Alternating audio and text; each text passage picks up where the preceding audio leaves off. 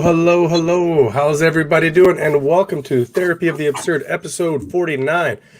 Happy Halloween edition. How's everybody doing? Good. All right. Trying to make it in these streets, these common streets. I'm the only one not wearing a costume. Well, technically, I am wearing a costume. I came as a depressed comedian. This is what they look like. I love it. Very nice. I love it. The beard and everything. Very nice. We're in the spirit. That's right. I'm feeling it. In the Halloween spirit. We're all in character. Dana, you even got Mardi Gras beads. Right. And they're actually like prayer beads, so I'm pretending to be a monk. Oh, I love how I just called them Mardi Gras beads. And like legit, you being holy. All right. That is so opposite. So Dana how's everybody's? Oh, sorry, a monk. Oh, Dana is a monk. Right. A gorgeous, probably the best looking monk you're gonna meet. Well, So get a good look. So the wisest one. I'm a hip hop monk. That's why I got the bucket hat, right? There you go. There you go. Wu-Tang monk. Hip-hop It's a monk. Wu-Tang monk. Done and done. Very nice. Very nice. It's just crazy. This Halloween's on a Sunday. It's kind of funky, right? Besides the fact I'm a party pooper. I'm not gonna lie. Like I have close friends that are really nice people, and they celebrate Halloween, and they're the only reason I can have this costume. I prefer to not observe Halloween. Like my whole community is decorated with blow-ups and lights. It's like Candyland over here. And I literally am like, don't y'all even talk to me on Halloween. Like I don't want to hear it. So I'm with it for all the people that love it. But like legit, I'm waking up and going to bed and waiting until the first where I can get the candy. Half price. That's the holiday. Half price candy. Half price Halloween candy. Emotional support. I feel that. Ooh, what about y'all? What y'all feel about it? You know what? The half price candy is a big deal. I remember like Easter is the same way, right? You have all this stuff that you're trying to buy. And I was so excited because there were these, I don't know what the Easter candy was, but it was just some cool candy or cool whatever it was. And I told this lady and I said, listen, and the day after Easter, they'll be like half price, and she's like, but it won't be Easter anymore. Ooh. She's right though. Right. Exactly. That's and in that moment I realized who I was, and I realized who everybody else is. And so it's the same thing, It's legitimately not Easter now. Like it's a commemoration date, but it's not the actual date that anything y'all celebrating happened. But Right. you do you though. You do you. Do exactly. I'm getting candy corns after the fact. That's my favorite. That's the only thing I cannot resist. I cannot resist candy corns because I'm not fooling with corns. Everybody hates candy corns. I don't know what candy corns did to any of y'all. I don't like the little harvest corn with like the chocolate. Even though I'm a chocolate person, I'm like, don't mess with candy corns. Just leave them, yellow, orange, and white. Like when they try to make that little harvest one, I'm like, ugh, not. Just let's just stick with the yellow and the white ones. They look like rotten teeth. That should be your next IG post, Dana. Confess to the world that you love the candy corn and challenge anybody to say change my mind. Because you are a unique being. When you're probably the only one that buys it too. They'd be like, they are producing strictly for you and the people that buy it and be giving it to kids to traumatize them. Hey man, is the candy corn hate that real? I'll tell you what. There was a house, no bullshit, on my street when I was a kid. Them dudes would only give out candy corn. And guess what? Kids would avoid that fucking house. Really? Yeah, Dana. Oh, yeah. We'd be like, no, it's a candy corn house. Don't go there. Don't go there. It's the texture for me is what it is. It's like and there's this like after flavor. Like it's almost like you release the air of this taste of like sugar and corn when you bite into it. And it's just with that pasty texture. Ooh, it's just not made for me. How about you, Sam? Do you have a favorite or I escaped Halloween for the 10 years that I've been in this country because I just had to Google what candy corn is because I didn't even know.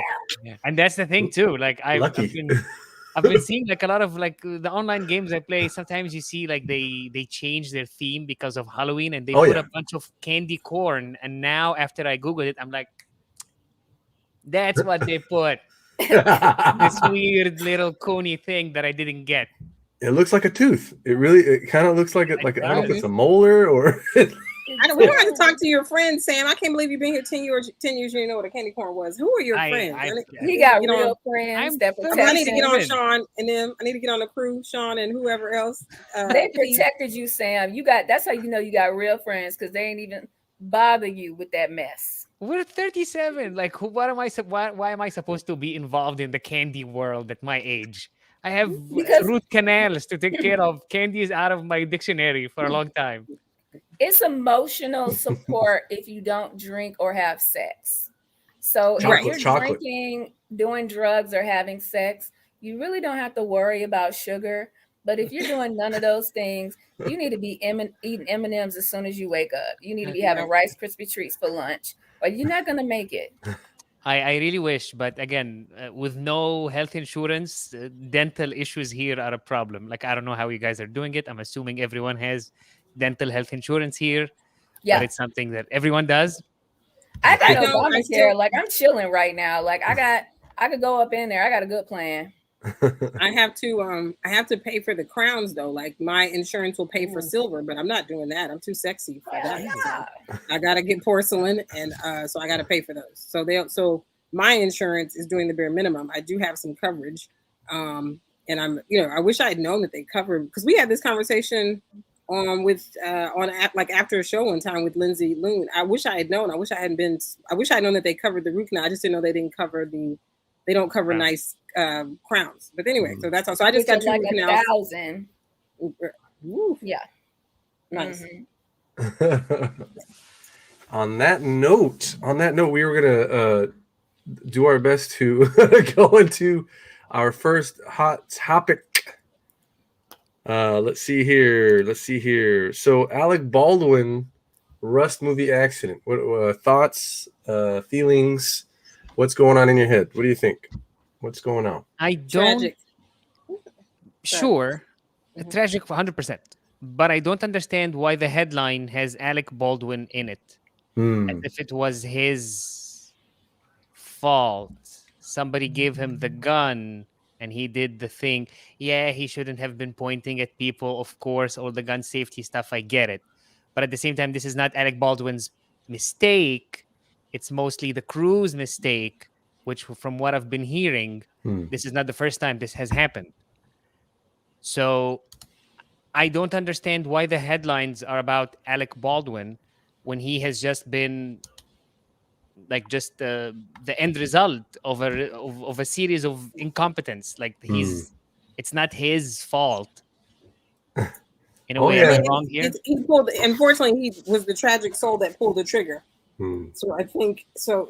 It is the armorer's fault. The non-union armorer who wasn't well trained apparently, or was still new. You know, just in what I've read. But as far as why the headline, I think, you know, this country, in terms of our media, kind of revolves around the idea that no one will read it unless it reads as sensational as possible, and that's going to be, because if you give the unnamed armorer, which I feel like that person should be held accountable.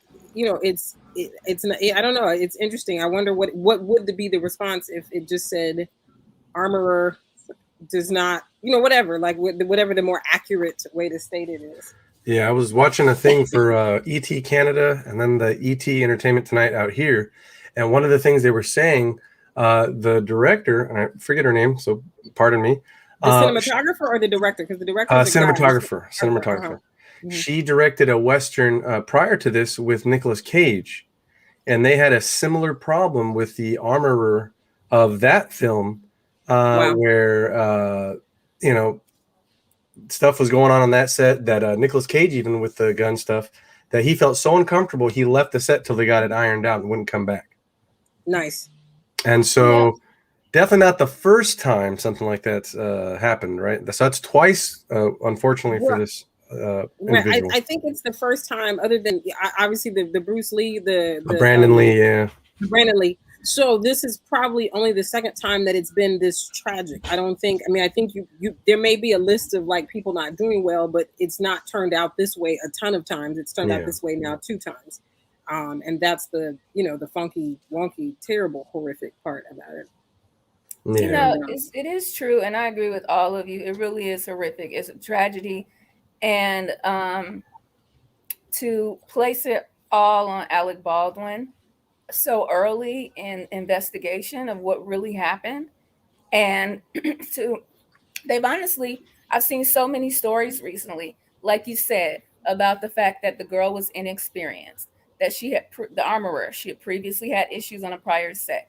I saw an interview recently with an actor that was saying that when the bullets were shot on set of Rust, they could feel the blow of the wind from the bullet, and they could feel the weight of the blanks, but they were too scared to say something.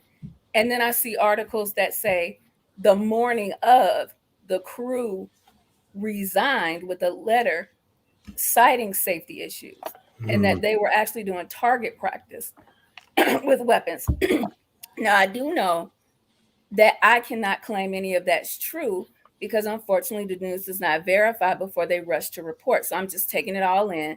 And I also do know that Alec Baldwin is executive producer on that movie as well. And I honestly do not know what that means in the terms of hiring and being aware of what's going on your set, but you are aware that there is a safety concern being made the morning of, and that the whole crew is walked off so y'all can continue, and then something happens.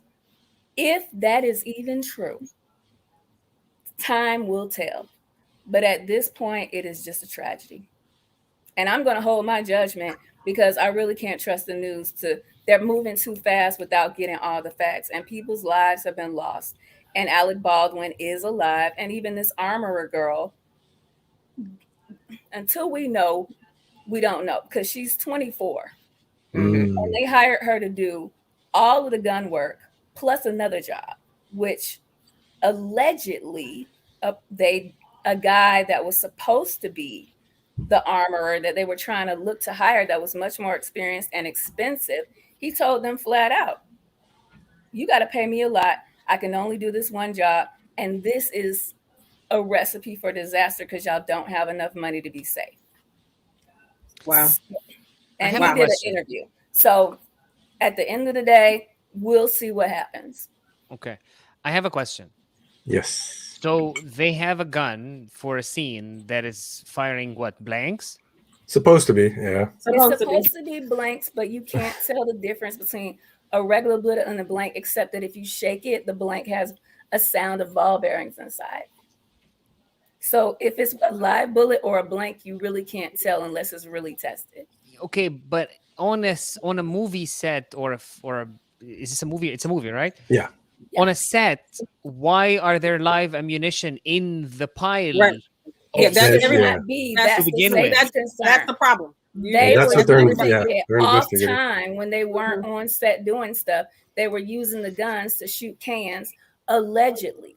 And so they retrieved both live ammunition as well as the blanks. And then there's another type of bullet that they use.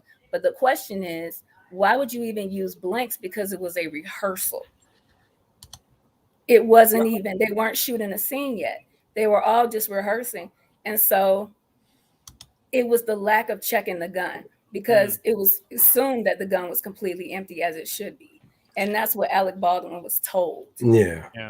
But at the end of the day, if you are the executive producer, and if you just, you know what I mean? Like, I literally don't know what his link is to decision making and what his responsibility is to the entire production. No matter what, he's getting sued. We know that for a fact. If there's a fact, he's going to suffer some money loss. Yes. Well, my prayer go to the families. Oh no, yeah, of course. That ahead of everything. Everybody that went through it, and I hope the truth does come out, and I hope it's a message to anybody that doesn't want to follow safety protocol to save money. Yep, right. I agree. ET Canada is great, though. I will say this: you were saying you looked at ET Canada. I know we got to move to a new topic, but I love ET. I watch ET Canada for my entertainment because they really have authentic, real people talk to me. Yeah. There was just two of them for a long time: the gay white guy with kind of the blondish hair, and the African American girl, or I say African American Canadian light skinned girl. But now they've added a third dude. There's three of them the last I checked. But I really enjoy the way they cover. Oh yeah, no, they're good. When they talk about stuff, they have, to me, they're more on the pulse of what people are really wanting to know. Oh, I really enjoy ET Canada. So our next topic is one we're going to talk about, HBO's Insecure. Why don't you take us where we need to go, Dana? Well, just excited. I mean, just want to shout out, the creative team behind Issa Rae and the phenomenon that became Insecure in 2016. We're all creators, but definitely as an African American creator, it is great to see a woman, get her way and having a show. I think for those of us who were definitely working in the industry at the time that she got the deal, there was a lot of nervousness because HBO at that time was known for giving deals, but then magically the whole thing would disappear and nothing would come of these things. And so she wasn't the first African American where we would have this hope. So when it took a little bit of time, we were concerned, but then it happened and it has been explosive and it has definitely created a cultural phenomenon.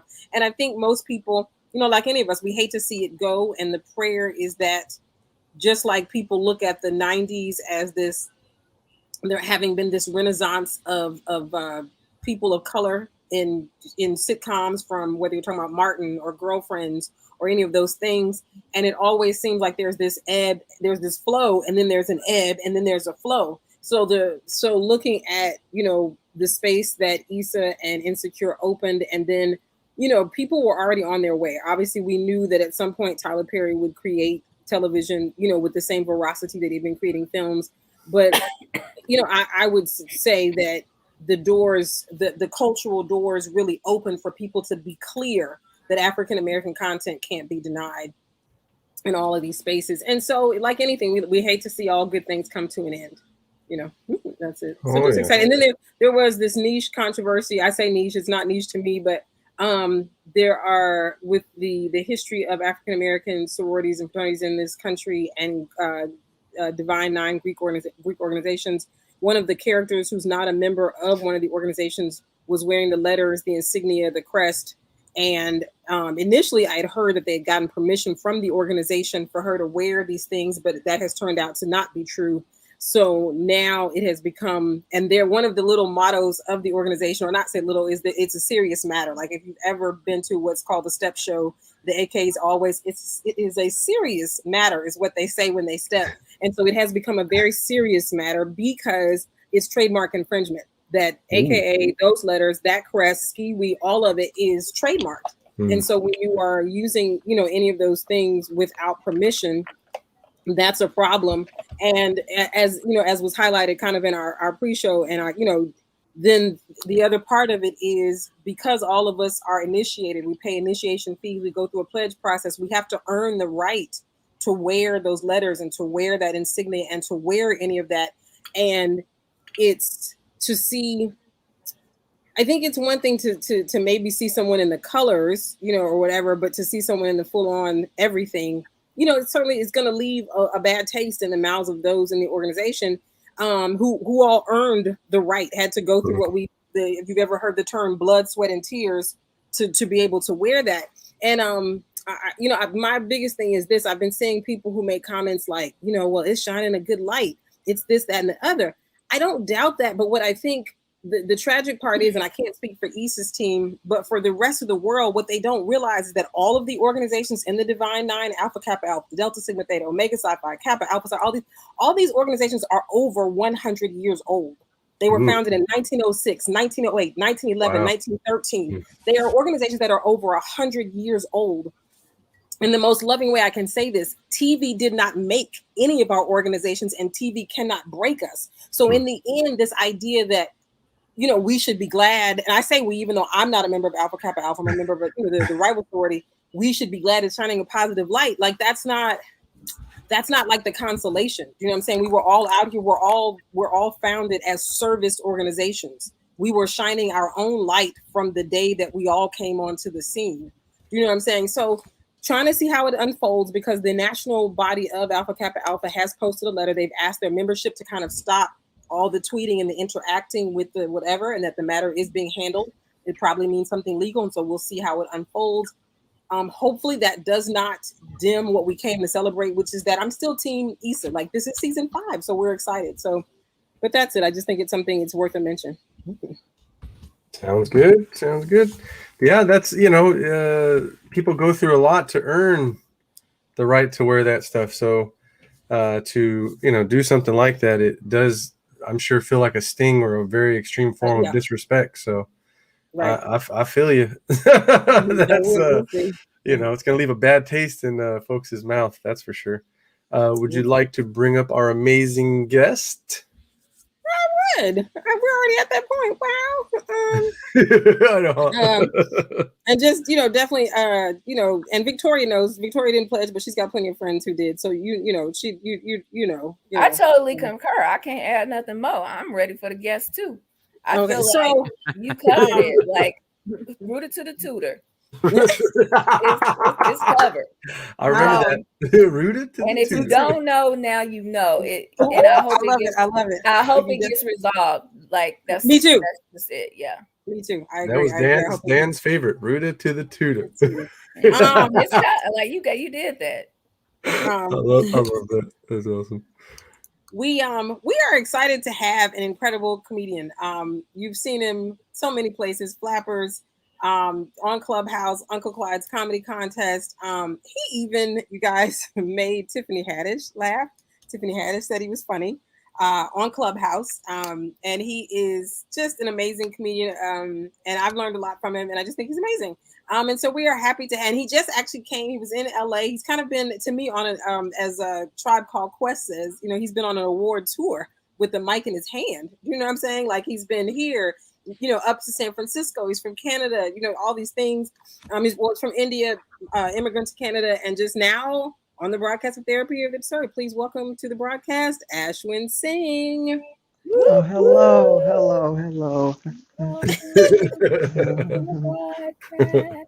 Hey guys. Hello. How you doing?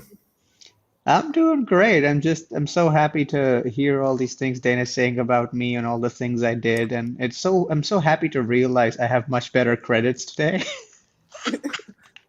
Did I tell any stories? Did I lie about anything? No, that's not what I mean. I mean, like, I'm Okay. hearing you, and it's like before I went on tour, before I saw you, before I did all that stuff, I had nothing to say. Just Uh, people would be like, "Oh, what have I seen you on or in or where?" I was like, Nowhere."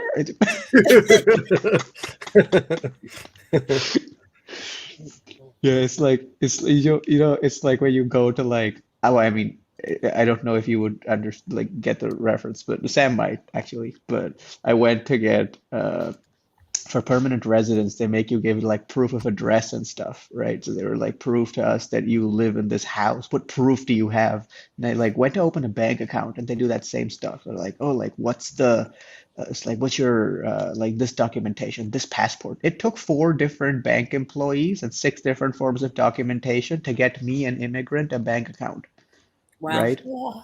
And Wow. like the branch of the bank only had four employees total. Like they're like nobody was helping anybody else. Like there was a line Wow. of people waiting to get cash, and they were like, "Prove to like what do you have to prove that you live at this address?" It's like I have the door code. I have a key. Yeah, it's like I get into the and they were like, "Oh, but you might still not live there," and I'm like, "Who goes around knowing other people's door codes?" Were you here in LA? Where were you, Ashwyn? No, this was Canada, like a week ago. Oh my God. Wow. This is in Yeah. Canada. I was gonna say like this is American stuff. I didn't know that Canada. Oh, equally bad. Oh I mean, in wow. America, if I go to get permanent residence, they're just gonna laugh me out the door. They're not gonna ask me my proof of residence. They're just gonna be like, wait 14 years. How long have you lived in? But Ashwyn, how long have you lived in Canada? 5 years. Really? And so wait, so you haven't had a bank account all this time? Well, I tried to open a new one. Oh, got it. Oh, dang, that's crazy. Man, I was gonna Wow. say you've been keeping money under the mattress. Like what's going on? Don't do that. Also, Yeah. don't talk about the money under the mattress on the podcast that is going live. Like Nah, I used to Friday. make that joke too on Clubhouse. Like I had like some fellow Indian comedians that would like come perform on Afternoon Delight. Like the day they allowed me to host, like Dana knows this, you guys probably do too. Clubhouse has a show called Afternoon Delight, Oh yeah. created by Leah Lamar, who also created Hot on the Mic and shot her way up to the very top of fame on the social medias. But so the first time they allowed me to host Afternoon Delight, I booked like 9 Indian comics, like but not like Indian American, Indian, like That's dope. yeah, like not like oh this is like middle like people introduce these like on like in America like they'll introduce these comics to get on stage and be like oh this next comedian is Middle Eastern. I'm like no, he's American. And this next comedian is, Indian. Like, no, that's Russell Peters. He was born here. He makes fun of his dad. His dad is Indian. Oh He, yeah. yeah, I yeah. love But Russell. so like, I just like messaged all of my friends in India, and, like comedians that I grew up watching that now I get the privilege of talking to, and I was like, "Yo, do this show," and they were like, "Yeah, that's like 1 a.m. for us," and it's like, "Cool, excellent, that's comedy day." Like, uh, so yeah, So you've been only living in Canada for 5 years, right? yeah. I moved here to Where get my degree. you moved directly from India to here? Yeah. I was born in New Delhi, raised there too. I moved to get a university degree. I was actually gonna come to America. I got into a bunch of your universities too, but Stanford charges $70,000 a year, and my parents fall below the poverty line according to American standards. So Mm. that shit is not happening. No, but okay, no scholarships. No, what? I'm sorry. Like what? I don't even. I don't understand. No, they're like some of the universities are good. Like Princeton has like I don't remember the words like need based versus Right, something else based or right. whatever the hell. Hmm. Bottom line, like my parents are like not poor enough. Oh, Got like poor right. enough to not be able to afford it, Yeah. but not poor enough for To them to get pay help. for you to go. Yeah, Right, Right. Oh, they need to Yeah. fix that, man. No. It's like, do you want to go? You got the grades? All right, go. That's what it should be. It shouldn't be like, It's so and it's so No, gappy. and deep Be a down they're certain like, type of poor. we're gonna let in 2 poor people a year. That's just period. And they have to we're be gonna really find poor. the smartest people that don't even have food to eat. I was If just they gonna can say get that. all of Yeah. the qualifications and they ain't eating Yeah. food, they don't have nowhere to live. Those are the 2 that we're letting in. Anybody Yeah. else that don't And- belong and- here, we're not letting them in. That's you why that can't rule is be- set up like that. And you can't be fake poor. You need to be like we need Starving. actual poor people, not just broke people. Like broke people, Right. Yeah. That's fuck the these people. that's We the need two. There's poor people. You got to be like- living on the streets. That's right, in a box. And from that box is where you carved out your essay. Yep, that's right. And so you ain't even got a window no more waiting for your acceptance. That's right. That's yeah. They're like, There's "What's your like a address?" bunch of that's the like, amount of poor folks they letting in because it's an elite society and they plan to keep it that way. And that's the mind games they play But in Yeah. okay, order to do that. great. I agree with all of this, but let's see if Ashwin agrees here, because we both come from very classist, what's your degree type of societies where this is how everything is run, right? You're not, this concept is not new to us, India and Egypt, by the way, where it's just like, oh, like when I was Yeah. young, my dad was always like, oh, who's your friend? Oh, Muhammad. Okay, great. What does his dad do? Like that's this is what we're gonna Yeah. base our friendship on. Well- Like, what does his dad do? Okay, we can be friends. Aside Well, from this that, is his this dad is what an happened to accountant. me Fuck off. Like, we're yesterday. not- I've been trying to talk to my dad. I talk to my parents like maybe like twice a week, and like we love the idea of education so much we don't even care if the education doesn't have any use. Like I've been trying to talk to my dad about quitting work and trying to make a go of it, like doing comedy full time. Not today, but in 6 months, like when I Yeah. can like start producing my own shows, have enough of a revenue stream that I'm not dipping into my savings, blah, blah, blah, blah. But basically, I don't get joy from writing code anymore, right? And I told my dad, Dad, I really want to take a break and try comedy. He's like, you want to take a break? Get a master's degree. Damn. This is what Indian people do on their breaks.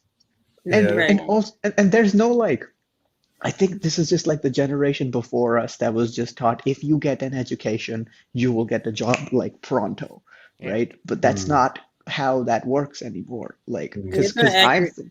because I'm thinking if you get a degree, you gotta use it, right? It's like, but if I this is the real like difference between like the mindset of somebody that grew up around wealth and the mindset of someone that grew up around poverty, not necessarily poor themselves. A person that grew up wealthy, that like a person that grew up, sorry, a person that grew up like around poverty, they'll like when they think about what to do next with their life, they'll say, these are the cards I have, and this is the next best, most practical option for what I want to do next. Like, so it's not, that's why we have the doctor, lawyer, engineer. It's just like statistically, those have been the most successful fields, right? So you just go, depending on my situation, this is like university degree. A person that grew up around wealth goes, what do I want to do with my life? And works backwards, right? Right. Because they have enough options and they believe that like as long as they know what they want to do with their life, there is a way for them to get there. That is the real like difference. So my dad is like from this previous generation of people that just goes, as long as you get a bachelor's degree and a master's degree, the job is waiting for you. And I'm like, Dad, a master's degree helps me 0% in my career as a comedian, right? Like I am just privileged enough now after having moved to North America that I actually believe that my dreams might come true. So when people suggest things like, oh, like get a master's degree, I'm like, yeah, that'll make me a better comedian. And it's like, no. Make you more. It'll make you struggle even more too, right? Because I know More that's something bills. my wife is going through, because they're like, would you like to get some more free money but owe a little bit more and still continue to go to school? And it'll Yeah. delay what she has to pay back. She's like, yeah, let's delay it. Yeah, it's like here I am trying to figure out a way to like get like a slightly less like a job where I have to be slightly less responsible, like take a pay cut so I'm not Right. losing money, but I Right. have more time to spend on like comedy. But my Mhm. dad's like, no, no, just quit your job and place yourself in debt. Right. That'll help. Oh yeah. It's Oh man. I there was this Will Smith saying, I think, when he was talking about how when he got Fresh Prince, his mom didn't understand what this will do to him, and in a way she was against it. Hmm. And I think Will Smith was talking about this in retrospect, if that's the right word, where he was saying it's that she sees the problem, but the solution to that problem is it worked for her. It's not necessarily Hmm. going to work for me, even Right. though she's applying the same advice to get out of the problem, but she's doing it from her own box of tools that has Right. this weird tool, outdated tool in it. So Right. Yeah. it's just like they like it's not coming from a bad place as much as this is how he thinks he's helping. It's, Right. Hmm. oh no, you need to do masters, you need to do, see, this tool worked before, you need to do this. Yeah. And then Well, you tell him it's like, oh no, like, and at a It's an certain point, outdated tool. yeah, at a certain point in Egypt, like, and I'm sure same in India, it was, hey, get a bachelor's degree, get a bachelor's degree. If you have a bachelor's degree, you're this and everyone is here. And then you get a bachelor's degree and you realize that everyone has a bachelor's degree, so now the bar became, get a master's degree. If you get a master's degree, now everyone has a bachelor, so you're yeah. much better than them. And then now everyone has a master's, so it's not, education It's doesn't add anything anymore to the equation, because it's like, oh, we're done, like everyone it's has these little things. Mhm. it's educational inflation. Yeah, Do you That's know what what I it's a it very is. mean? good term. The funny Yeah. thing that I think about education is that people place value on certain types of education. You know, Sam, Stefan, Dana, Ashwin, your gifts. And one of your gifts, Ashwin, because I see that you're a musician as well, is comedy. And so it's okay for people to have you spend tens of thousands of dollars to go be an accountant and learn how to be an accountant for 4 years, start from the bottom, spend 20 years figuring out how to get to the top. But they don't feel like it's okay for you to invest 4 years and that much money training yourself in your craft of comedian, taking yourself on tour and spending 10 years to get to the top. And so I think it's all education. It's just directing it into your gift. And Right. Ashley, you mentioned that you're at the point where you believe your dreams can come true. I am so curious. What are your dreams? I just want to go on tour as a comedian and make a living. That's my dream.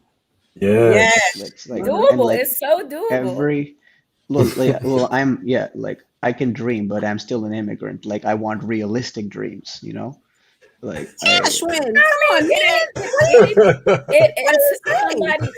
It's only unrealistic if you believe that the only reality that exists is the reality that's already happened. well, yeah, You are a like change unique your individual and you are yeah. bringing your specialness and your gift to the table. Do you believe that your uniqueness and your gift is meant to be out here in the world doing your thing?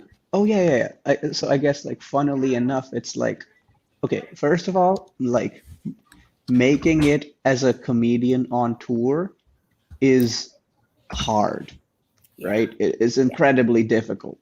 So, like, I'm not here like scoffing at that life. Like, I think that's a very, very reasonable thing to aspire to for me. It's not like when I say something is unrealistic, I don't mean I want it but can't have it. I just mean I don't even feel like I'm supposed to have it. Like, I don't want to be Jeff Mm. Bezos. That's an unrealistic thing to want, right? Like, I don't even think people should be Jeff Bezos, but that aside, it's like I don't uh, like for me, I would be happy doing comedy full time, just touring, right? And so many things that I do are in service of that goal, like podcasts, where it's like, or like Instagram content, building your audience, social media following. Like there's all these other things that you have to do, so you can have an audience big enough that when you go to a city and you say, hey, because the problem with, like, this is why you can't make a living performing at clubs, because people aren't coming to see you, they're going to the club, so you have no power to negotiate with. That's why like bookers can be such like power hungry like people, because they know that what they have is like way better to negotiate with than what I have, right? But that changes as soon as I'm the one getting butts in seats.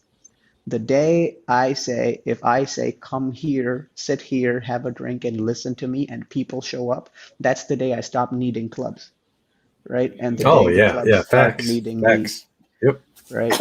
But I'll never make a living renting out my time like 10-minute sets at a time if the people aren't there to see me specifically, Oh, right? okay. So like, but like, I have my dream is like I'll do all these things to build up to the thing I really want to do, which is be a touring comedian with my own audience, and then slowly I'll like wean myself off of the things that I had to do to get there, but I don't necessarily feel like are things that I really, really enjoy doing. Like, I Mm. don't enjoy Instagram Reels. I don't, right? I don't like going through 11 minutes of my set, finding 30 seconds where like that is like short enough where it has a joke and audience laughter, just so I can put it in a reel, like do subtitles and also put it on TikTok, then also put it on YouTube. It's mind-numbing work, right? Like I might as well just write code. It's almost the same, right? The back end, yeah. So Funny how that works. So what you're saying is you don't like to write code. That's what you're saying. Well, I yeah, feel like what he's saying is I got the master plan and I know it's going to take some time, but I Right. am on my path and I just school everybody watching on how to do it. And I'm going to look up one day and all of my consistent stuff that yeah, you name that is such a perfect plan is going to result in, I'm like, oh my God, remember Ashwyn? Oh, you mean That's the what I touring heard. comedian that's making a Um, living touring? yeah. Oh yeah, I know Um, Ashwyn, the touring and comedian that's making a living touring. That's right. I remember when he yeah, said he was gonna do that, and then he did it. That's right. and as far as uh, like universities go, right? I don't think they're the only way to get an education, right? There's this indie movie called Three Idiots. It's like a fun movie that I like love to watch. But one of the things that somebody that goes to this university, this man says is, like it's a lot of rote learning. Like you learn something, you put it on a page, and it tests memory more than it tests whether you actually learned something. Like Einstein said, education is what's left once you forget everything you learned in high school, Yeah, right? right. yeah, Right. But just like just training somebody to be able to do something that they can do over and over again, that's learning. That's not like educating, Mm. because even by giving a dog treats and hitting it with a stick, you can even like teach a dog how to do tricks, but we call that dog well trained, not well educated, Right. Mhm. right?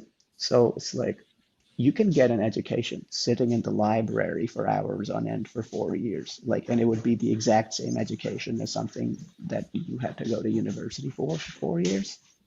The only difference is what a university provides is not an education, it's accreditation. Mhm. They'll give you Right. a thing that said, hey, this person does in fact, like the analogy to comedy is like an education is like being a good comic, and a university is like having someone vouch for you. Right. Mhm. That's what I was gonna say. Like a I certification get from that. them. Hmm. Yeah, but if you're a good enough comic, you don't need people to vouch for you, because people will Absolutely, that's see what the what beauty you're of the about, industry. and they will see the work that you did. And that being said, I do need people to vouch for me. I think I've seen your stand up, and everybody check out Ashwyn. He's got some stuff on YouTube. Very thoughtful material. Very good. You're gonna hear some stuff that you haven't heard. Very Hey, I funny. hey. appreciate that. Um, You know what, Ashwyn? Someone gave me the advice that, it's so funny you said people vouch for you. I did my first little. It was awkward as fuck, but I did my first recording of someone saying nice things about me, and I posted that, and it was awkward to like ask them, can you say that for camera? But just trying to sort out, the best ways to strategically build an audience so that, as you said, we do all this other stuff. Because it's the same thing. Like I actually take great joy in posting and finding the clips, but it's like it's still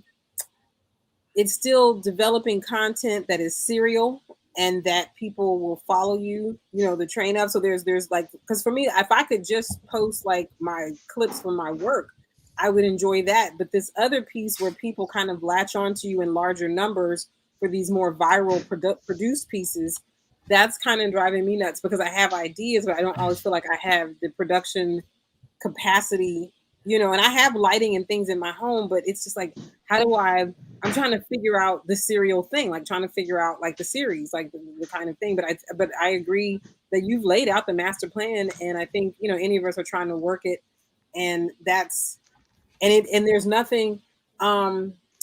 At my church, we have a saying from our founder: "It works when you work it. It works if you work it." Like, and that's really all there is, just to keep working it. Because I agree with Victoria. Like, it's absolutely coming, and all you got to do is just keep doing what you're doing. That's what that's what I say is what they say, but I agree with them, the ominous them and the they. But I think that's the greatest challenge for me. I want to like try to see if I can take it just a little step further than, because I love posting like my jokes, but I'm like, there's this other thing that I think will make this all sing. And that's the trouble, like being able to, because it's a lot to keep your material, writing your material, showing up, and then creating these, whether it's sketches or whatever people, whatever one figures out. So you're well on your way, Ashwyn. I had a question for you, Ashwyn. So what are your thoughts on this? It has to deal with our next topic. I'm trying to remember exactly how we bring it up, Dana. The thing with Dave Chappelle. Dave Chappelle. Let's just because there's been all of this stuff the last couple of weeks, and the latest development is his he's posted Stunted on Sunday night Monday. I just saw it too. And so Stunted is saying, okay, well, these things are not true. These things are true. I would love to sit down with. Let's do it. These are the conditions for which I will sit down and let us roll forward. But I think what this whole moment, which is what I think all of these things, if everybody would calm down, I think what these all are teachable moments, much like the insecure thing I was talking about earlier. It's a teachable moment. The good news is people care an awful lot about this topic, as we should. So the question is, how do we navigate it in freedom for all? And so I think, and this has come up a lot, with the closer, but period. Like, Ashwyn, what are your thoughts on kind of like this space where are comedians free to say what we'd like to say? Or Damon Wayans came back and said he's freed the comedy slaves. Do you think that that's an accurate assessment of what happened? And do you think that our hands are tied and we're enslaved by PC and cancel culture? I think that Dave Chappelle is in a very unique position to be able to give other comedians courage to say how they really feel, without, in spite of the fear that they might be wrong, because he is big enough that he can anger people and still have a career. Like, I don't think I'm there yet. Like, I think if I draw the ire, or if of any like one like I can't I don't I like, as a comedian, I don't know if like you guys feel this way, but I don't feel like I can afford to alienate anyone in any crowd, right? And I think personally that's not good for comedy, because it's like you can't always give an audience what they want. Like, I've made this joke before, but it's like giving the audience what they want is also how we ended up with songs like "What Does the Fox Say?" Ding ding ding ding ding ding. Like, not everything an audience wants is worth having, right? Like like you have to draw the distinction as an artist between like giving an audience what they want and then telling them how you feel. Like that is always the balance that we've had to, but lately that balance has become skewed to you give us what we want or you can't have a career anymore. Like at least in terms of with Instagram and Netflix, like we're not allowed to work our stuff out in anonymity anymore because there's phones everywhere, right? Like imagine in the Facts. first 3 years of your comedy career when you did the most terrible jokes, you couldn't go on the road where nobody knew you, so you could work stuff out, and you had to do everything on the biggest stage of them all, the world, Mm. right? So at like the one thing he did say was like you have a duty to speak recklessly because otherwise my kids will never know what reckless talk sounds like. That is the Say part. that again. Say that again. Chappelle had a point where he said to the comedians, he said, you have a duty to speak recklessly because otherwise my kids might never know what reckless talk sounds like, Mm. right? Like Interesting. the joys of being wrong. He's like, I didn't come here to be right. I just came here to fuck around, right? Like why are we why are we asking comedians to be correct? I don't. Thank you. Was that Well, part of It's the job description? But okay, Sam, what you about to say? Because I think we got to still be careful though, because I don't know if it's so much about being correct, but what we don't want to do, especially as someone who is a homegrown minority in this country, what we don't what no one how do you say? I think we want to be clear about the difference between stirring pots of hatred and but exercising our freedom of speech, which I believe we have every right to. And so I mean, I don't. Part of me, there's a big part of me that doesn't necessarily even think it's the comedian's fault because I believe it's what society has made comedians or turned them into demagogues, on certain matters. That is the problem. But I also don't think, I don't think. It's what I always say that we should be out here shitting on people either. And I don't necessarily think he's shitting on people, but there are those who will, not him, but there are those who will and claim it's free speech. Oh yeah, This guy cat up one night and said that pregnant women, he was referring to his girlfriend, another reason that you're too gross to look at. And we were all like, hmm did you just what? Like yeah.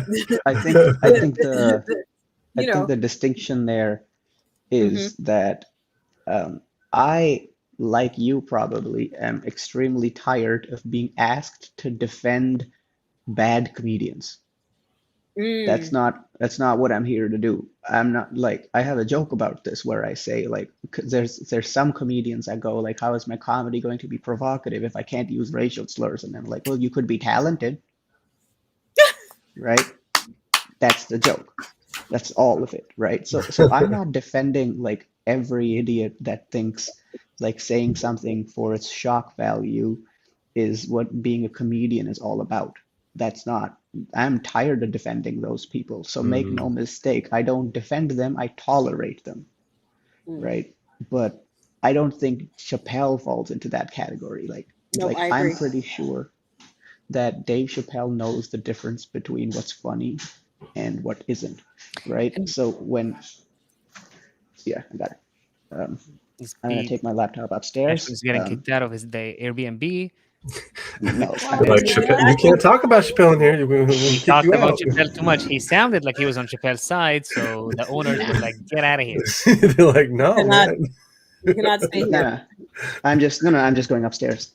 Oh, Um, okay. but yeah, I think we can say that a comedian that is, hold on, let me go into the light because this is important to say. And I Yes, don't come want into the people to light. be looking at me in the dark. Yes, come into the light. I trust in Chappelle's talent enough to believe that when he says something, he made an artistic choice and he didn't say it by mistake, Mm. Mm. right? So, like, I don't think he's a bad comedian. So I have to trust that the intention was to Pure teach intentions. someone something. Here's my thing. Um, First of all, he's allowed to make mistakes. Not that he made mistakes. I've watched the thing. Yeah. I can't remember again from my naive straight non-LGBT point of view, I don't see what happened that was so offensive to even like be To, worth merit, this becoming a controversy. to merit the outcry. To merit the outcry. He didn't say much, and he tried to during the special he tried to say like I was talking about white people, like I wasn't talking about. That was the point that I was making from the beginning. I don't know why you took it that side. that, that's first of all. Okay, he's allowed to make mistakes. He didn't make a mistake, but we are living in a point in history now where it's one strike and you're out, and we get to decide what the strike is, not based on an actual strike. We just get to decide, which is fine. And I get it also because I understand the power people put on comedians. Because once none of this is going to be affecting us if we don't have a fan base. If you have a fan base, at a certain point, there is this love that the people have for the comic, where it's, I agree with most of what you said. I align myself with your points of view. So there is this, we're striving to make sure, because I love you, that our points of view match. But then once they diverge, people are like, oh no, you need to be on my side of things and the way of thinking, because that's the only way I'm going to love you. Which is, it's like a double-edged sword. It's part of what makes you a good comedian. It's how you get away with things. If the audience like you enough and you know how to artistically frame your point of view in a way that doesn't offend anyone, that goes on your side. And also the opposite of it works in your, like, it's a double-edged sword is what I'm trying to say. Yeah, It comes with the deal. I It's part also of the think it's weird to be asked, like, not, it's not weird for you to ask me that question because we're bonding on over being comedians, but I think it's like the like it's weird that regular people like that are neither like that are not comedians want comedians' opinion on Dave Chappelle and the controversy. It's like I am also a comedian. Like I am intimately familiar with the pain that comes with like that, like being a comedian and having a joke not work, right? What kind of stance do you think I'm going to have? The stance is like more than likely going to be, I don't agree with everything he said, and I don't think I have to, but he is a comedian, and so am I, and we are brothers in that way, right? Like how, like I don't think there's any like it's I part of also go on, Sam. it's part of what we were saying. It's like, oh, Dave Chappelle said something that doesn't agree with my perspectives and point of views. Let me see if Ashwyn is also gonna come with me on this ride. That's, I think, why people are Yeah, asking other comedians to see, like, do you align with our point of view? Oh no, then you're also bad. Like there is this ones and zeros type of situation where it's like you're with us or against us. That's it, because we're gonna make yeah. the departure right now. Like this is recent, I think. I don't know if it's a study or not, but I think more people today than maybe 10 years ago are choosing not to be in relationships with people that they disagree on things with. That's facts. And I think that's kind of bonkers. But also, Sam, this is a question to you. Like, at any point when these things happen, these controversies about he said that and this is what happened, as an immigrant, do you ever go, what are these maniacs talking about and why is this a problem? Always.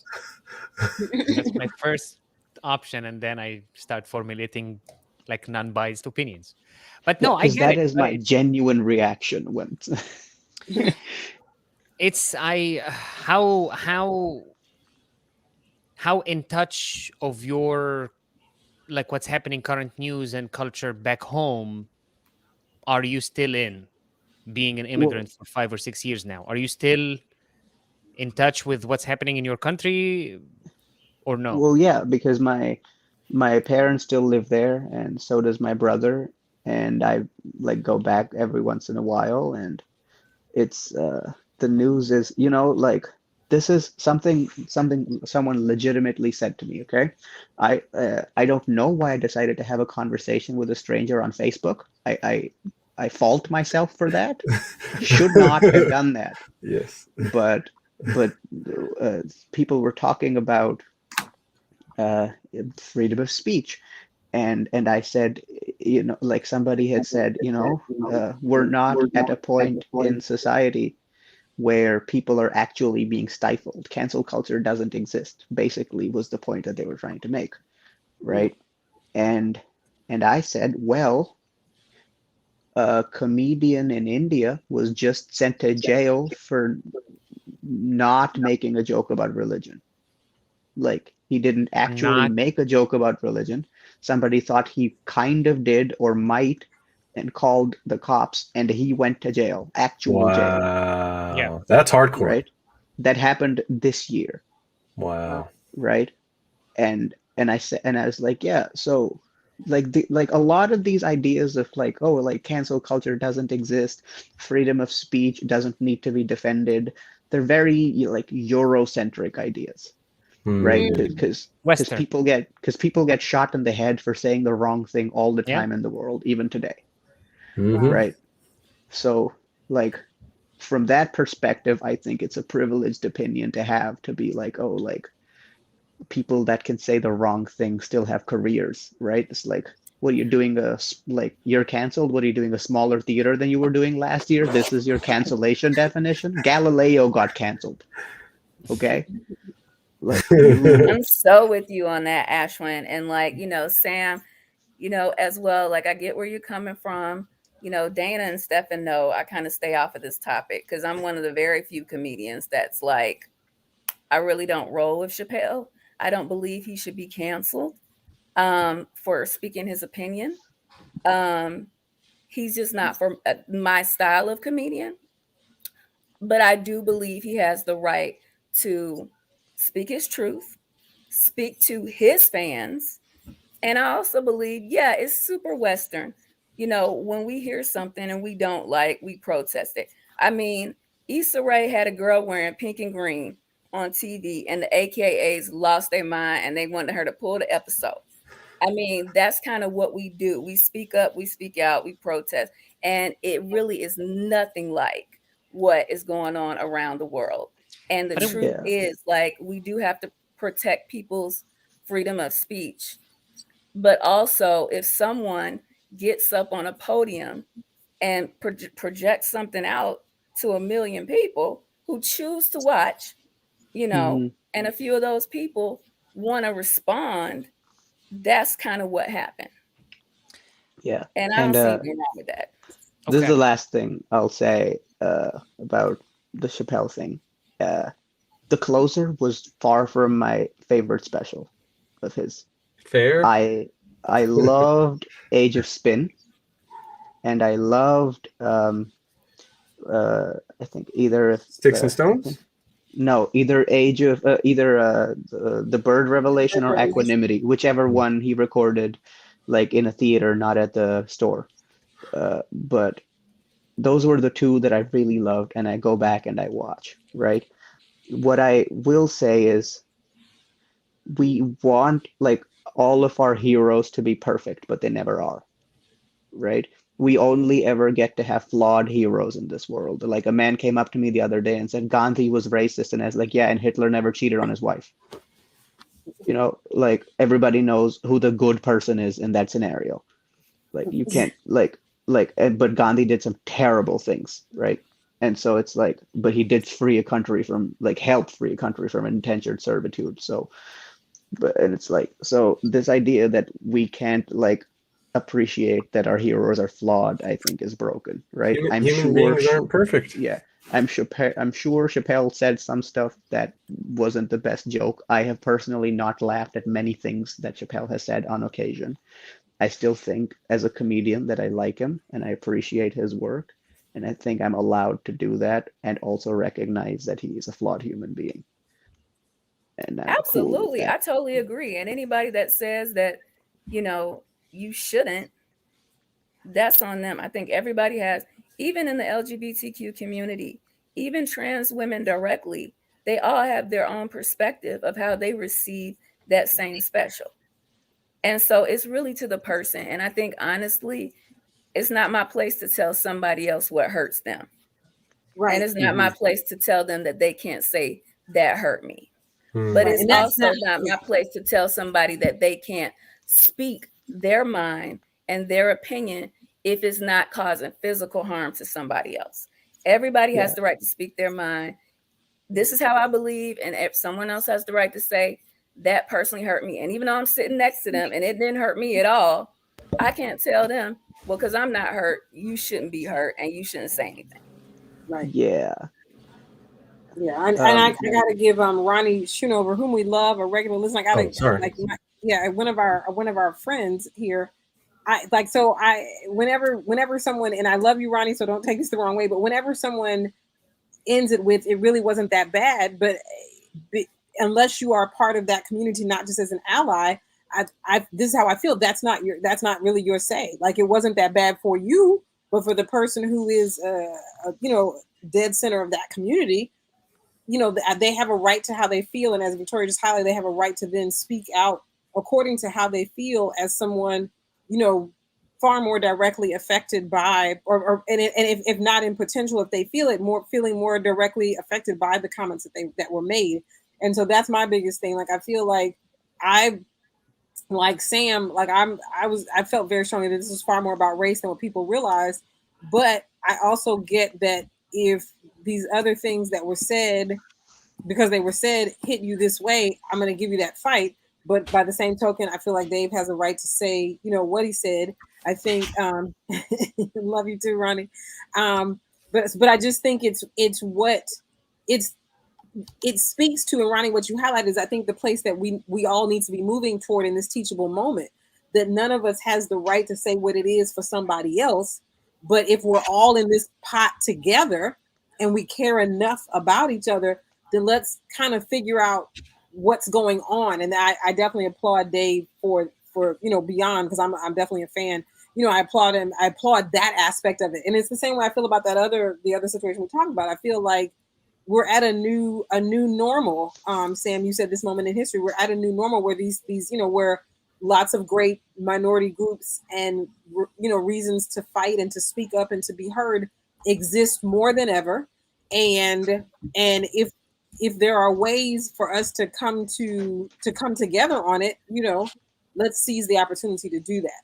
And and I agree, so that's and there are still, to me, as we always say, there are still children dying of hunger around the world. So that let's always be clear about where we place the priority. But I think we're at a great moment, at least in the West, and in this part of North America, where, since this is how we get down anyway, then let's go ahead and take it another notch. Let's make it a teachable moment. Let's play on that string for a second, because let's take the world out of it, because that wasn't a fair analogy. I get it. But at the same time, so if I say something, I have the right to say whatever I want, unless it hurts you. You still have the right to say it. I just have the right to say that hurt me. It hurt me. Yeah. Sure. So I'm at the end of the show, here. I can stop you and say, "Excuse me, that really hurt my feelings." But you have the right to say it. Okay, but then you still have the power of, we're gonna shut you off forever, and that's what's happening to him right now, where nobody wants to touch his. Did you see his little his documentary? Yeah, his documentary. It's true, but he said in his documentary they don't have the power. They're just because he went around. That have the power are not LGBTQ. Part of this is just like Dave Chappelle tickets went on sale for Toronto Scotiabank Arena like yesterday at 10 a.m. They sold out in the first minute, and like some of them were $800 expensive. So let's just it's not hurting. He's not hurting. Let's balance. He's hurting in certain ways, but he's not dying. And the reality is, it's all about money, and they're looking at profit centers, and they're going, if I deal with this dude, is it going to cost me money because this block doesn't fuck with him anymore? Yeah, and I say that not to say that there isn't backlash. There is clearly backlash. I'm just saying that this is a person that's in a unique position where they can actually still sell out shows, right? He's uncancelable. Like he's 100%. I untouchable. totally agree with you on that one, Ashwyn. And Sam, I do get what I think you're getting at, but that the conversation exists, that the clap back is we want to cancel you is what you're citing and identifying as the actual problem. Not that in this case cancellation is mythological in his case, but the fact that that's where people go. That the fact that when I get hurt, it's one thing, as you've said, Victoria, to say that I'm hurt, but it's a whole other thing to say, well, I'm going to gather my people and we're going to, shut you the fuck down. Yeah. And I don't know. I will say this. I think it's a case by case basis. That may sound really insane, but I'm not going to pretend. Like, as an African American person in this country with the history that we've had, let somebody come and still be calling us monkeys and apes. Yeah, I'm going to become your new Tamika Mallory. And I mean, I know that's an extreme example, but to the point of saying something that hurts my feelings and that, contributes to the disenfranchisement that we're still experiencing in 2021. Yeah, I'm going to gather my people and be like, we could talk about this. I'm not mad about talking about it, but this motherfucker going to have to sit down. We're going to have to, whatever. And in any way that I can affect or encourage that person to rethink about what they said. And if that is the threat of cancellation, I'm not going to front that. I get it. I really, really do understand it. I'd have to be on the side of be like, hold on, I don't know. I just want to say something what if really the quick. Master plan was Dave Chappelle was like, all right, I'm trying to get a really deep message in, but it ain't going to be that funny. And I wanted to be on TV. So how am I going to get a hell of a lot of people to watch it and get a whole lot of spin? I know I'm going to say some shitty shit.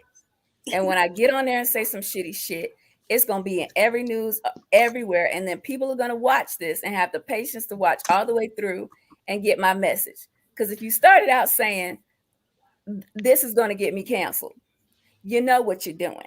So what if he just spin the whole thing just to get publicity so he can get the message that he really wanted across without going through and putting a joke in every 3 lines like you're supposed to be? Yeah, like I think that was the point. I think he knew what he was doing. Like I think the whole point was I want to show people that I can say things that I'm not supposed to, and that's fine, right? That was part of the point. But philosophically, for me, this is okay. Like I don't know, like if you guys see this or not, but I have never known a person that was able to hide their darkness for so long that it just went away. Usually when you hide shit, it only gets worse, right? So, and when you don't, like when you were a kid and you got mad and you got into fights, what would your parents always say? Use your words, right?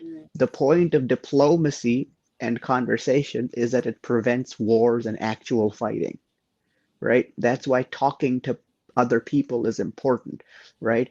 So I just want people to say exactly how they feel because then I'll know who the stupid people are, right? That's why I don't like when people hide their racism because that shit usually comes back around when it's pitchfork time and then people get dead, right? I would much rather hear you say something racist than see you doing something racist, right? So I'm just like, let's just get it all out in the open because conversation is sure as hell better than the alternative.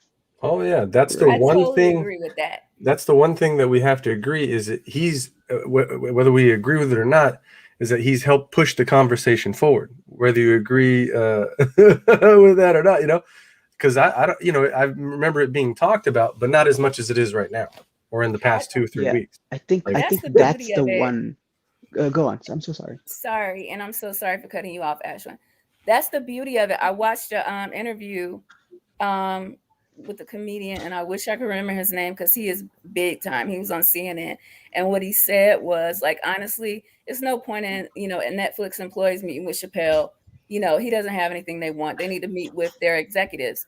But reality is, it brought the discussion up, and now the discussion just needs to be, listen, did you enjoy the special? Was it funny? One. And now that we brought it up, how can we make the lives of trans women safer? And they don't have to intersect. Okay. Let's just did you like the special or not? And how can we make the lives of trans women safer? It's 2 totally different discussions that we can have and completely just separate, and we don't have to keep intersecting them anymore. Okay, let me ask you this question. Dana said this is a teachable moment.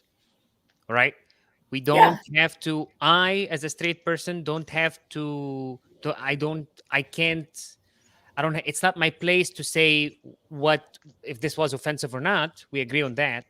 But we agree that something offensive was said that the other side took offense to.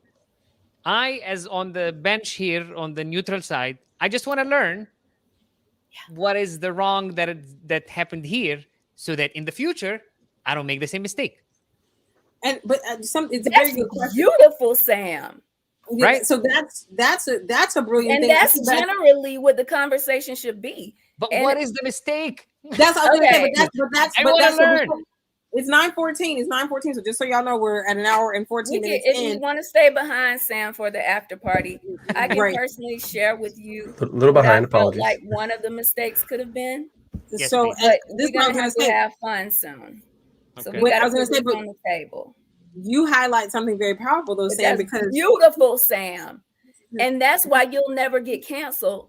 If you have that same stance, I don't know what he made. I don't know the mistake he made. I'm gonna make it. Explain to me what you felt that I didn't see, so we can move forward. But the day Sam gets canceled is the day I quit comedy. But that's the thing, you guys. I think what you just said, Sam, we have to make a distinction between something that is offensive and something that offended. Like, I think that's kind of the tough.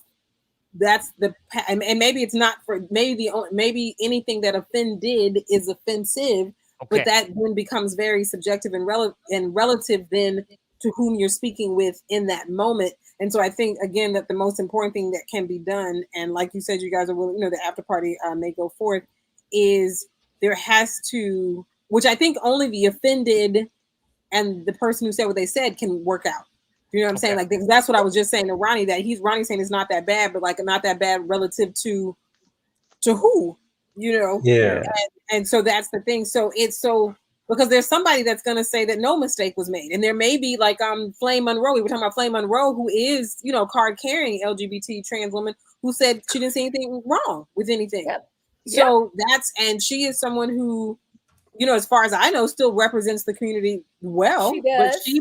But she personally does not see anything wrong with anything he said. That's her. Yeah. I think the other thing we want to put out there as well, sorry, I don't mean to cut anybody off, that we want to put out there as well is that we should not look to other people that are famous to have all the answers or to be perfect or to be the representative of anything but entertainment. That's right. And if you're looking for something more than that, I mean, come on, man. We got to stop putting people on such a pedestal. I know there's, it's kind of like if you're only depending on if you're only depending on the government to make change, you're not going to get any change. The change we need starts from the bottom on up. So if you're looking to, as Dave, to be the end all be all on anything, you need to stop, chill out, and sit down and just be like, this is entertainment. These are jokes. Stop putting people on pedestals. And then expecting them to behave like saints. These expectations on people who are just humans is just fucking retarded. I'm sorry. It is. Oh my God, he's famous. He's supposed to be perfect and never say anything wrong. Why is he doing this? You made this entire conversation unwatchable in one sentence. Well, I feel like at the end of the day, truth be told, speak your opinion. Don't let yourself be silenced, and speak with your wallet. If you don't like what somebody's doing, just don't support what they're doing. Don't watch it. Move on with your life. Support somebody that is in alignment with you and the type of person you are, and move forward. I'll say this because it's a tangent and it might who I feel bad for? People of any minority that keep being told that they have to be the spokesperson for their entire minority, and so they can never disagree with their own community. Well, I'm disagreeing with my community right now, and I feel that feeling. It is really tough. Have you been put in that position? There are clearly transgender people that loved the Dave Chappelle special. Oh yeah, right. I have spoken to a few of them and had one very fortunate car ride with one of them where we talked about it for about an hour and a half, and enjoyed the conversation, mind you, because they were also a comedian. But it's like I'm an immigrant. right? So for me, like every time I talk about immigration, there are certain things that I like don't like that I think like fly in the face of the way most immigrants might feel, right? But because there are so few of us that are actually like getting on stages and talking about it, sometimes I feel the pressure that I maybe shouldn't say that thing because then other immigrants might complain to me that I am setting the wrong precedent as an immigrant. But I'm not there to express like a group opinion. I'm just there to express how I feel. So I don't like being pressured into just like talking about how everybody that looks like me might feel, right? So Mm. so I feel bad for whatever, I don't know like what percentage it is, but whatever number of people that are there in the world that are transgender that love the special but feel like they can't say any of it because they're now being marginalized by their own Mm, community. Right. It's because it's like whenever you say anything about anything, there's like a percentage of your own community that disagrees with you, right? So to just be saying like, or like we the people of this community feel this way, I feel like that reduces the argument down to like group thinking, right? Mm. Facts. would you say that something related to kind of like what you were saying? Nobody is a monolith for their own community, something like that. Yeah, Yeah. you said something that was very funny to me, where you said why we need to stop putting comedians on pedestals, and I just thought it's kind of hard to do that when they're getting up on literal stages. Literal. Like stages are a little bit higher than the average human, That's true. like a That's true. pedestal. It's just funny to me, Oh yeah, right? it's just it's like, if Angelina Jolie or somebody really famous does something and we're like, I love you, but you can't do that because I love you. It's like, no, dude, they're humans just like you. We're flawed. Nobody is perfect. To put the expectation on anybody to be 100% golden and godly and perfect is just it's you're setting yourself up for a disaster. But also, give us a break. Like, cut us some slack. We haven't been in touch with celebrities that much in entire human history. Like, remember when Twitter came out? I was like, oh my God, it's the actual person tweeting. That Right. was a thing 10, 15 years ago. And now we're in so much in touch with them that we've never had. We used to, there's all of these things that are coming up about like people who died. You'd be like, oh yeah, he was a pedophile. Right. I'm like, we never knew. We never knew because we never actually got that much into their lives. They used to Mm. be Yeah. gods that we see. If we saw them on the streets, that was a big deal. And Yeah. now they're like in our face too much that we be like, oh no, fuck off. You said Yeah. you used the wrong words. So I'm never You know gonna. what's like a really interesting conversation that needs to be had is like there's all sorts of celebrities, right? But for the most part, celebrities have publicists that they listen to, right? Because most of the time celebrity is a role that you play, right? Mm. Because you can't like all of who you are as a human, it's hard to like show people. Uh, so you have to like play the part and you like build a brand and then you always have to be like following that brand and like not be off brand as a celebrity, right? So but like most celebrities that are like actors or like people of fame, they'll play the part, right?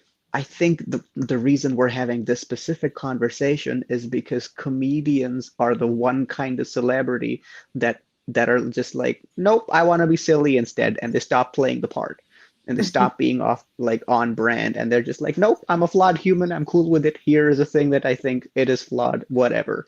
I'm like, I would rather be me on stage than play the part of celebrity, right? Yeah. And so we end up having these conversations of like, are famous people allowed to say that? And I'm like, I don't know, but I just think it's a like I think a person is saying that and they happen to be famous and they don't even Yeah. care. Like Yeah. That's like my buddy the other day. He was saying, he goes, "Why are all these famous people sharing their politics and this and this and that or whatever?" Well, because they feel that they have a platform, in order to help push some change. Yeah, but we should never expect or put those expectations on others. Well, here's my So question. yes, Sorry, I don't. This is a quick question. Just throwing it out there. A celebrity is on a big screen. We all agree They are just humans. And they're just speaking their mind, and comedians are the ones that have the guts to be authentic and say how they feel. I'm just a regular person. If I come in my office and just roll through and just say how I feel and do what I want, does my coworkers not have the right to speak up and go, Victoria, you just walked in and said, Marsha, you too big to be wearing that? Does Marsha have the right to come back and be like, Victoria, shut your little skinny face up? That was fucking rude. And don't say no shit like that to me again. I'm just a human. But when I'm being real, that doesn't mean people don't got the right to address me. So if you a celebrity, your whole office, your friends, your conversation is the world. So guess who's come talk back to you? The world. Yeah. Well, this is why I think it would be better if comedians weren't famous. Because sometimes as a comedian, it's just like, yo, I just want to talk to this club. I don't want the rest of the whole world to be listening the whole time. I just want to have, like, that's true. So. Yeah, but don't post it in the world and then get mad when the world say, hey, yo, what the fuck you meant by that? And your head is too big. Like there are many of us like that gave up fame to be better comedians. Paul Mooney being one of them. Patrice. Yes. So many. Facts. I will end this conversation by saying this is an important conversation that I love having, and I will have it with anybody watching. Okay, I don't care who you are, what you look like. Just if you want to have it, let's have it. Go find him, y'all. Also want to do this. Ready. He's conversations with Ashwyn. Let's do this presentation as fast as possible because I know a lot of us have stuff to do, so we're gonna throw this up. Thank you for having me. I don't think I ever said that. Oh yeah. You're very welcome. You're very welcome. Move that really quick. All right, let me go over here. Where are we? We are right here. All right. So we have best and worst Halloween costumes, Therapy of the Absurd, 10/28/2021. All right, our first one, Megan Thee Stallion as Pinhead from Hellraiser. Thoughts? Megan wanted to get naked. All right. I think it's a tight that's costume. why I like it. It's a tight costume. It's tight. Oh, yes. We also have Heidi Klum as Fiona from Shrek. I love this. That looks very good, yeah. Especially the feet. She did that. Could you imagine if she couldn't get the makeup off? That'd be amazing. What were you gonna say? Sorry. Oh, nothing. It's a very like well done costume. Oh, here we go. Katy Perry as a Cheeto. Thoughts? Why? Yeah, that was my thought. Why? You said why? This didn't give y'all life. I don't know why, but this gave me life. Like, I guess I don't like Cheetos. No, because nobody else is coming as a Cheeto. It would be funny. It would be funny if she were dressed as like one of those spicy Cheetos, because she wouldn't be able to eat them. There you go. Facts. The flaming, but her purse looks like the flaming Cheeto. I mean, it doesn't say flaming, but it's anyway. a bag. It's her bag. This Cheeto came out of that bag. Like this is what we're selling here. That's impossible. Genie. You could wish on her turd shaped body. Oh, no, Sam, don't you know? No costume is complete without a handbag, bro. So we got LeBron James as Pennywise. Ooh, love it. Oh, I know. I can't even see LeBron in there. I'm just like, wow. Does anybody get that feeling he's sitting on a toilet? He does look like Yeah. Also, has anybody noticed how huge LeBron's forehead is until today? Oh my God! Right. Also, isn't this offensive? Isn't this white face? This is the second black person that I see with white face now. What is happening here, you guys? You know what? He does have white face. He got white face and demon face at the same time. Ooh. I would be scared to get roasted by the demons. Oh, right. You better get it together. So we got Bruce Willis and Stephen J. Eads as the Shining Twins. That's fun. He's got horrible knees. I just want to say he's got really fucking horrible knees. That looks like that movie where the Wayans brothers dressed up as women in the movie. White Chicks. Yeah. Oh boy. They gave it their all. And then you got Kelsey Grammer as Sideshow Bob. He looks like he's got fucking jaundice. Can we? No. He could have Like, did No. better. I was like, you got to commit, and I'm a huge Kelsey Grammer fan, but just Oh, commit. same. Like you got, like, don't just put on the hat. Like you got to commit. Yeah, Is that that's just a Totally dude agree. that didn't feel like trying that day. You see the girl next to him? You see how much work she put in? She's wearing leather. She's probably sweating all over the place. And this dude was just like, I'm gonna wear a shitty sombrero and walk out into the world. Well, she's trying to get his bag, so she don't care about not that the sweat. shitty sombrero?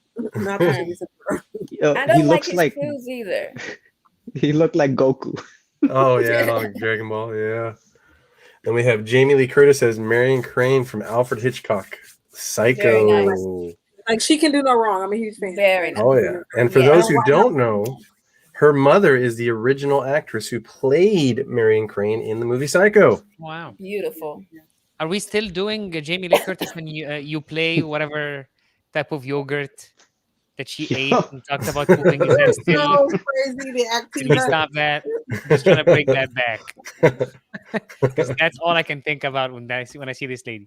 And we have another Heidi Klum, and it looks like Heidi Klum fucking loves Halloween. That's what I was gonna say. Yeah, Something man, was- she's like Halloween. so complex. Yeah, that was It's just very gross. spooky for me. Oh yeah, that Only was what? so gross. the shoes, man. The shoes are killing me.